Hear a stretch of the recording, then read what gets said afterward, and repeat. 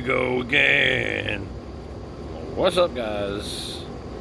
It is May 26, 2020. The year of the virus, coronavirus. It's the year of it. 2020, the year from hell. There's so much stuff going on this year, it's hard to keep up with it.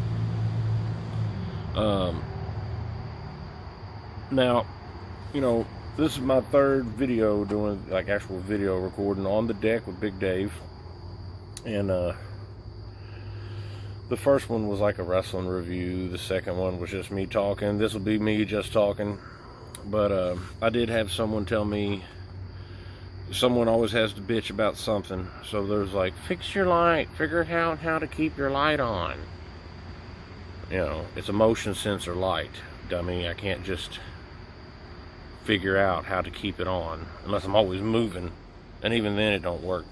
So for today's episode, to keep everybody happy, I have enforced a new permanent light fixture that will stay on the whole time. It does make it look better, I guess. This is already a low budget program, so I guess we'll try to spruce it up a little bit. But yeah, man, I appreciate the people that's been following and paying attention and commenting on the YouTube page. So if you guys have been doing that, I appreciate it. Keep it up, comment, and if you like it, it helps me out a lot. And of course, sharing and all that helps, but ain't a big deal, man. Ain't a big deal. I really wish, I guess I need to figure out, but I don't know if I can do it outside. I want to figure out a way to do this and have the audio as well, so I can download the audio to my Anchor app that I use, and that goes out as just audio through all the podcast networks and everything, which is cool. But anyway, again, thank you. But I was thinking about today.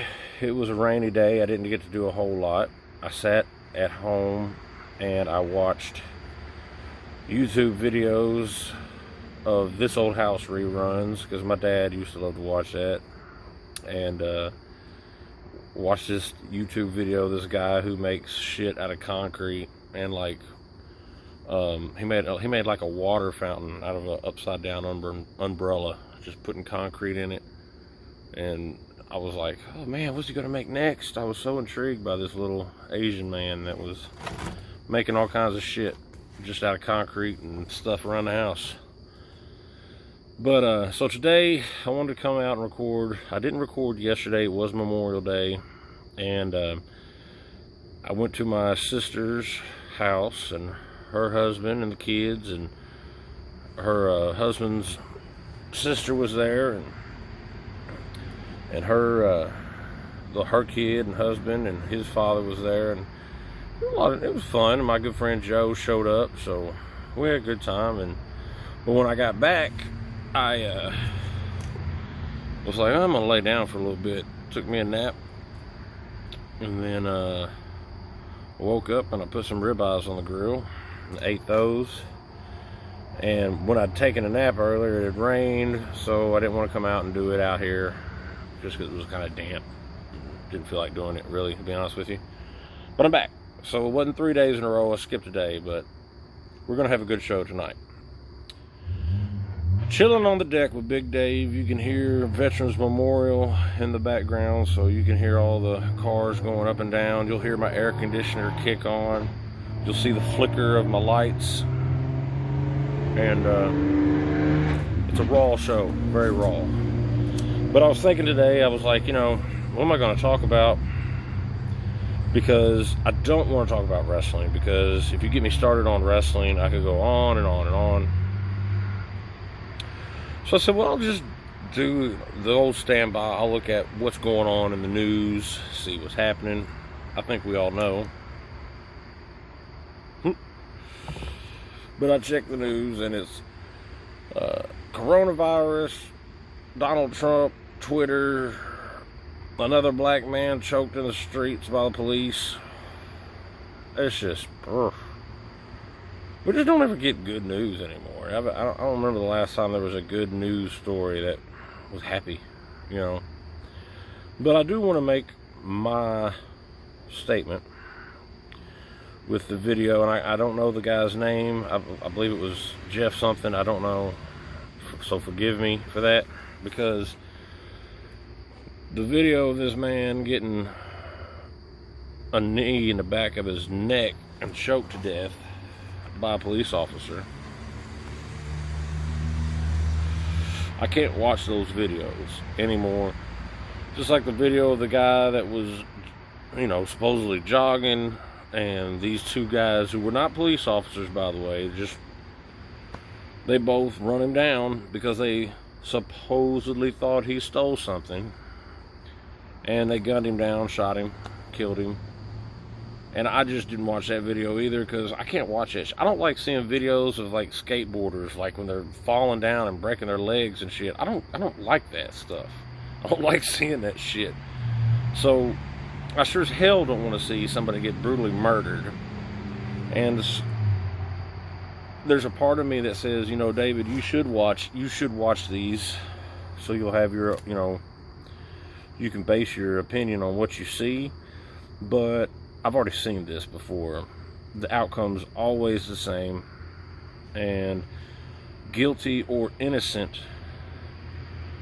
Unfortunately, a lot of times these people don't have the opportunity to even prove their innocence. And when you're murdering people in the streets, you're not giving the law and the court system and the judicial system the opportunity to prove they're guilty, to prove that you were in the right.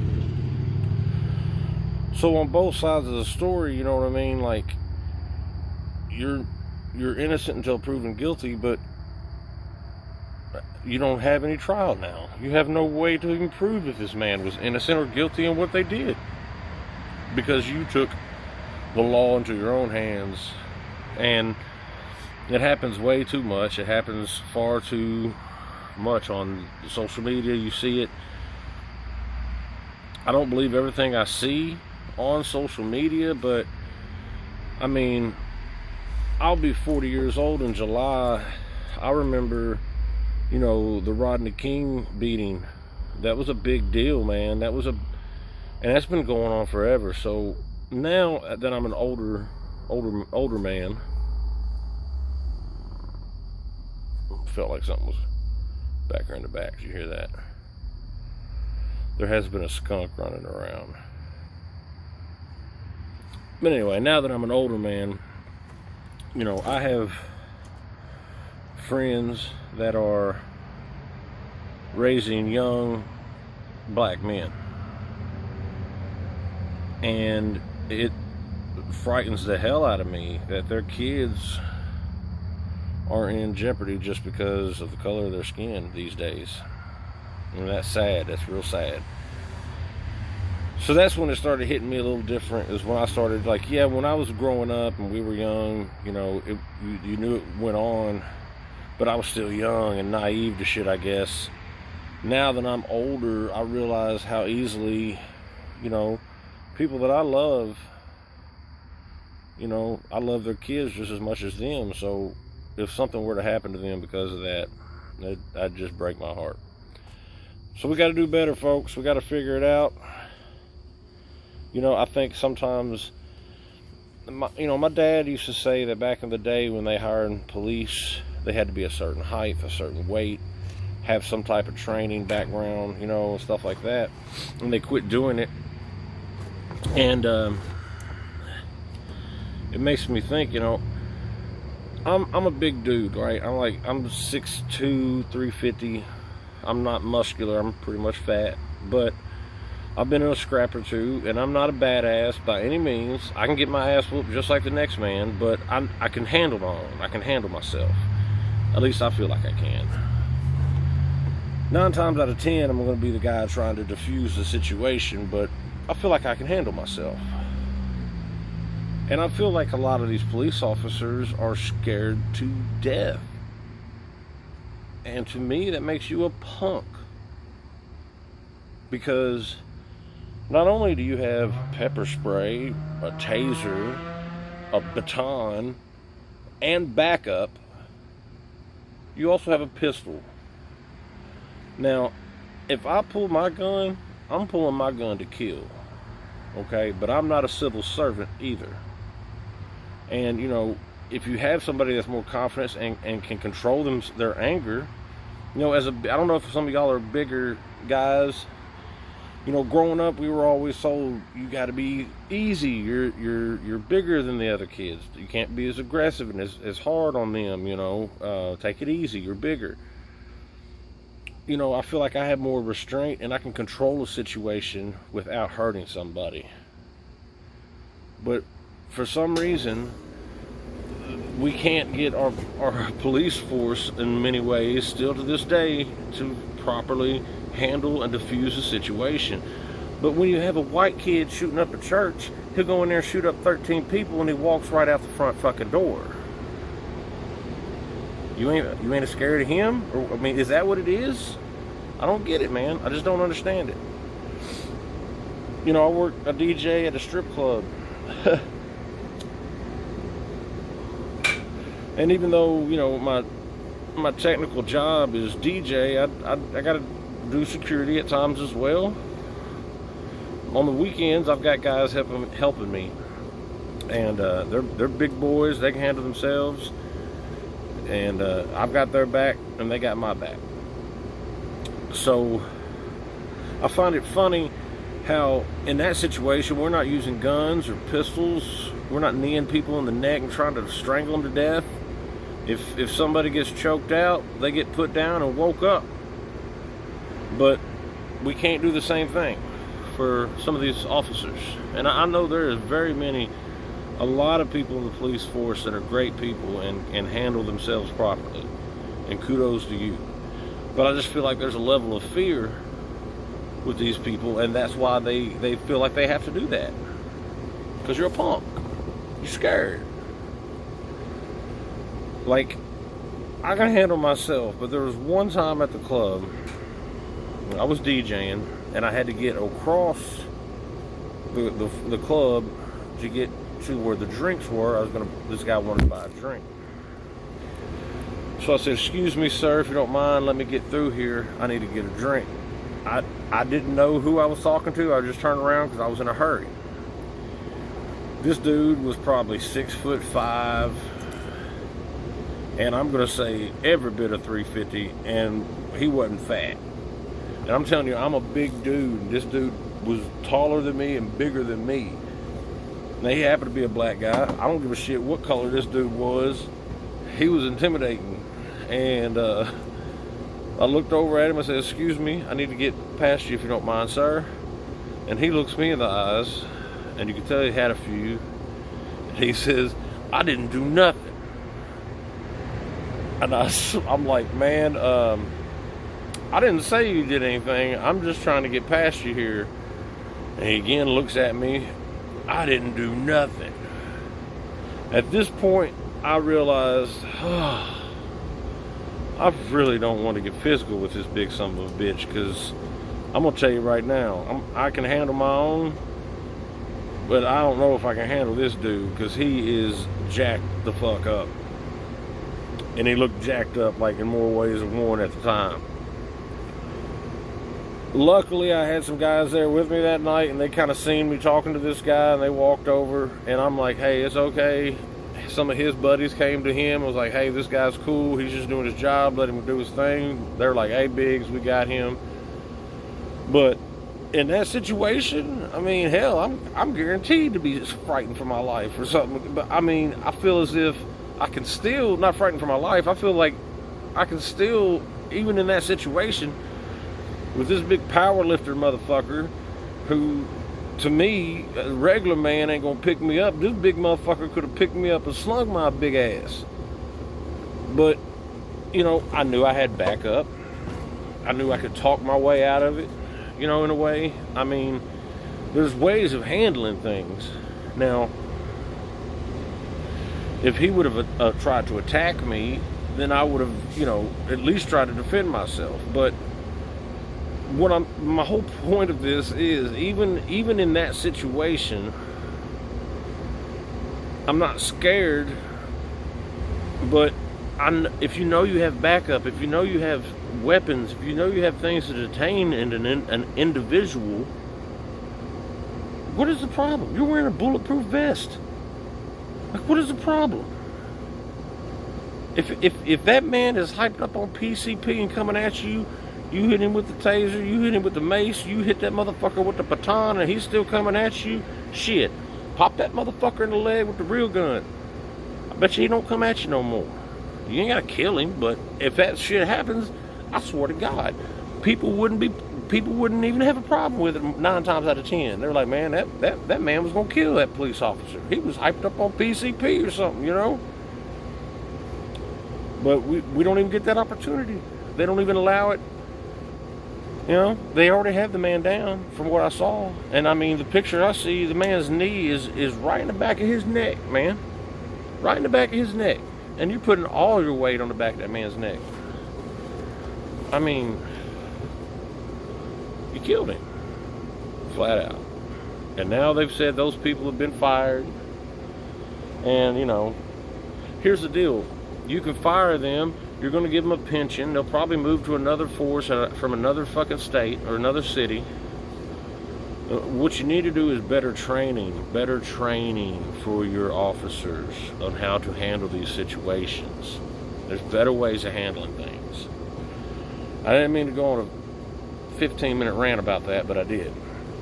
But yeah, that's what I see in the news. Just bad news, pretty much, man. And it goes further on. I guess Jimmy Fallon apologizes to Chris Rock for his impersonation of Chris Rock while wearing blackface on Saturday Night Live.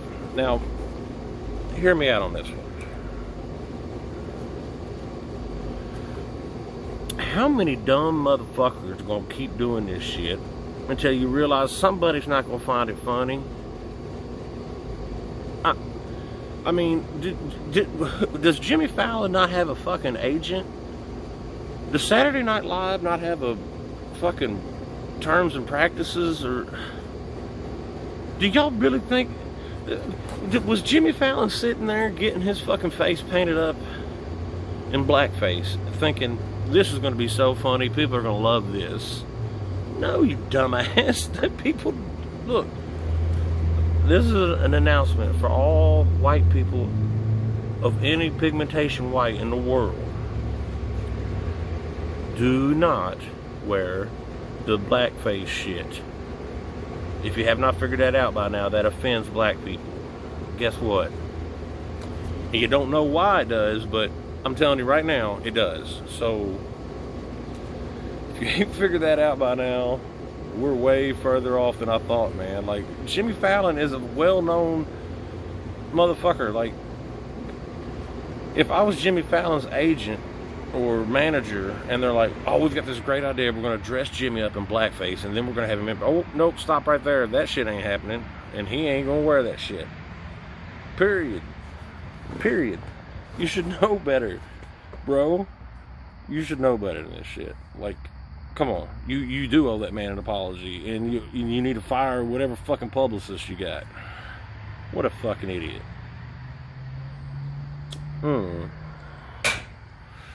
Then I'm reading about the space program. They're saying that they are rejuvenating the space program. I've seen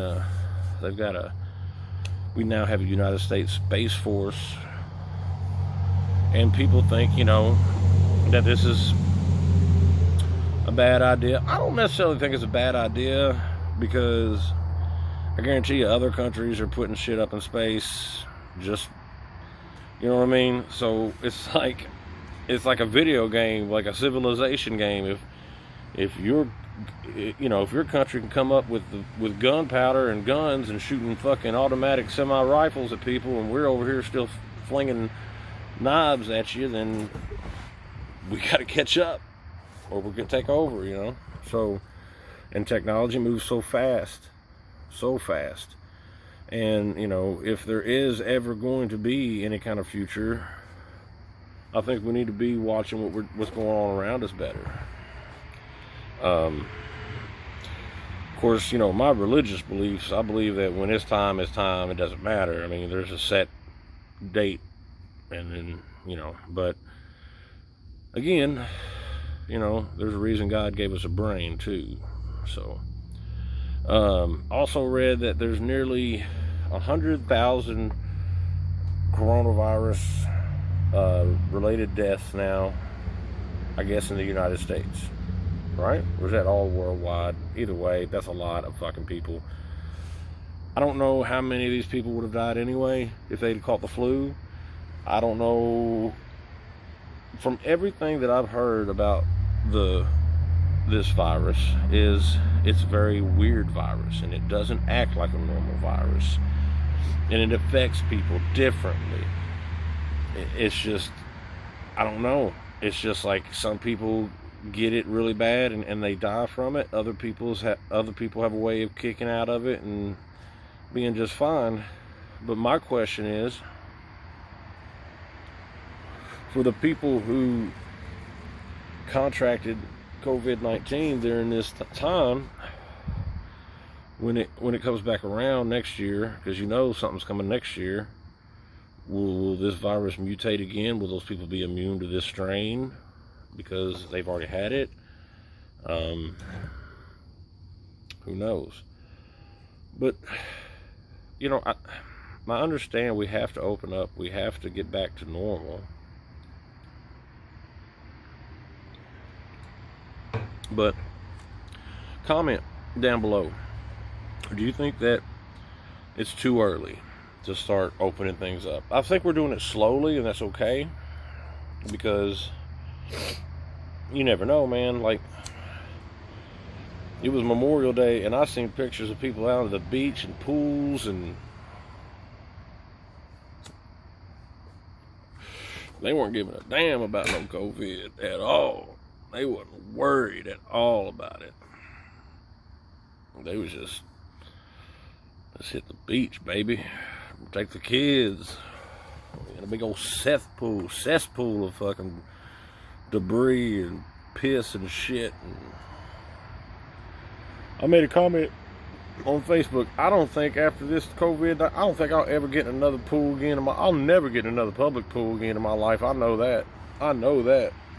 I ain't been in a public pool in many years, but I don't think I'll ever get in another pool again in my life, man. For real. Because you know people piss in the pool. You know people piss in the pool. And you know somebody got some old diarrhea booty roaming around that pool too. And you digging your hair in it, coming up, blood all up in your mouth. The water all up in your ass and your dick and your vagina. Just, nah. If I ever get in another pool, it's gonna be a pool that I own, that only I get in, or like my family, like close family. I'm talking like my mom and my blood family.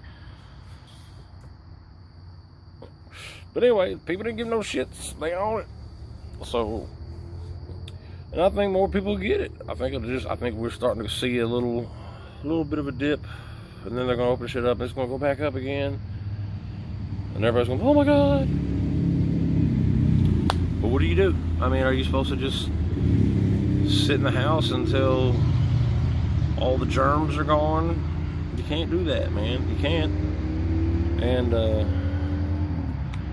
you know, the economy and all that, we got to do something. So, but let me know, do you think it's too early to start opening up things, restaurants? And, you know, like I said, the bars where I work, they're talking about we ain't going to open up till July. So, and then even then it's 50 people at a time. Who knows what's going to happen, man? Who knows what the new normal will be?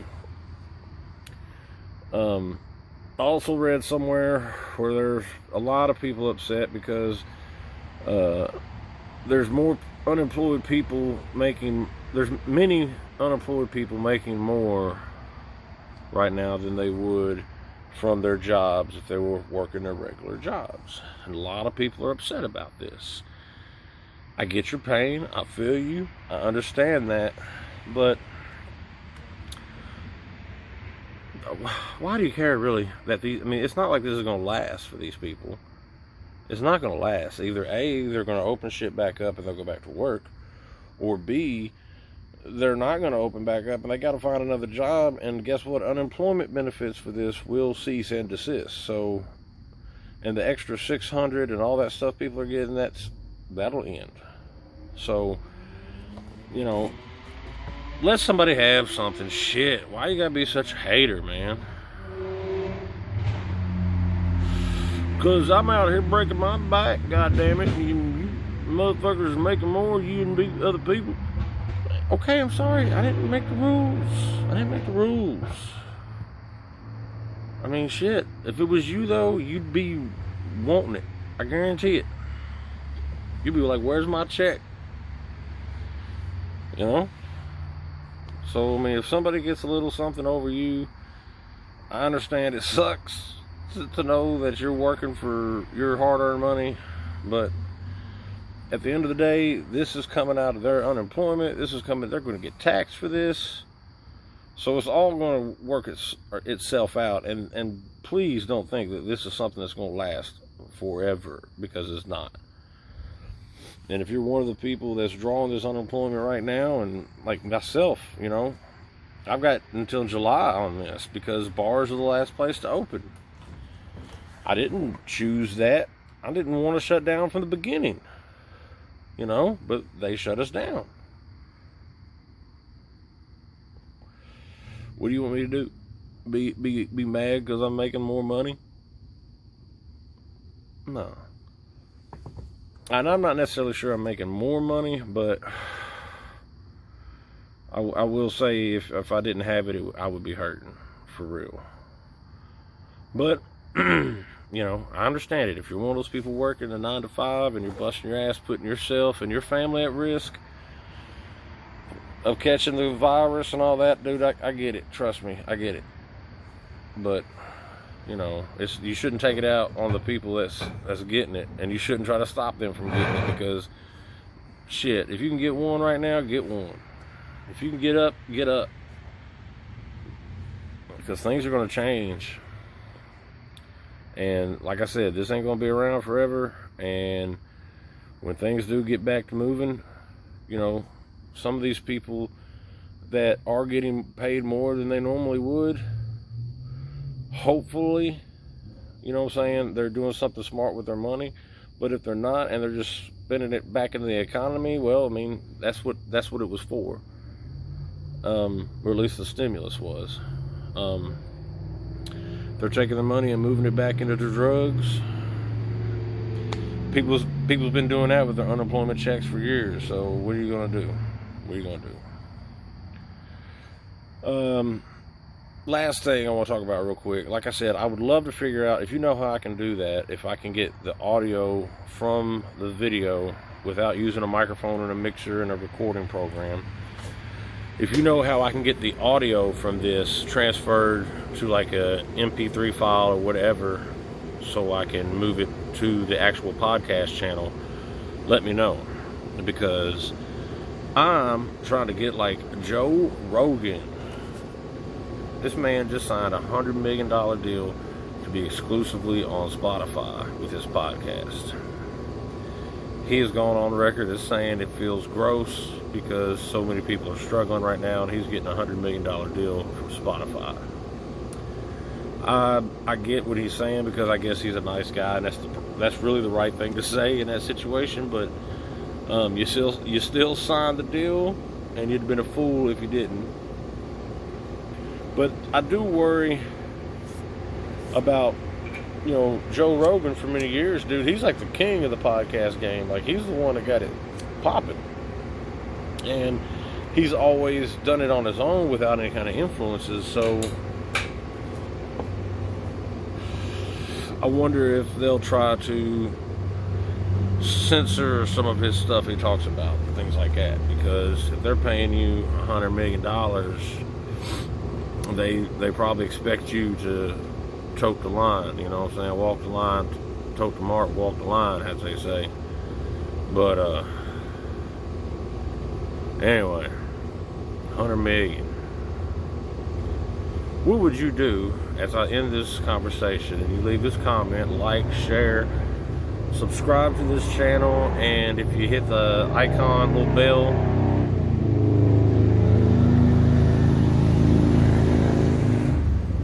hit the icon bell, you'll get a motorcycle. There's another one. Oh yes, I love it. I love sitting out here and hearing that shit. But anyway, if you subscribe to the channel, there'll be no more motorcycle noises. So hit the notification button, like, comment, what would you do if you were to just sign a contract for $100 million? What would you do with $100 million? Interested to see what y'all are going to say. That's all for tonight's show. On the Deck with Big Dave. New lighting. Actually wrote some things down. So hope you guys enjoyed. And like I said, share, subscribe, all that good shit. And if you know how to get the audio from this over to like an MP3 file or something, let me know. That'd be great. Alright guys, y'all have a great rest of the week, and I'll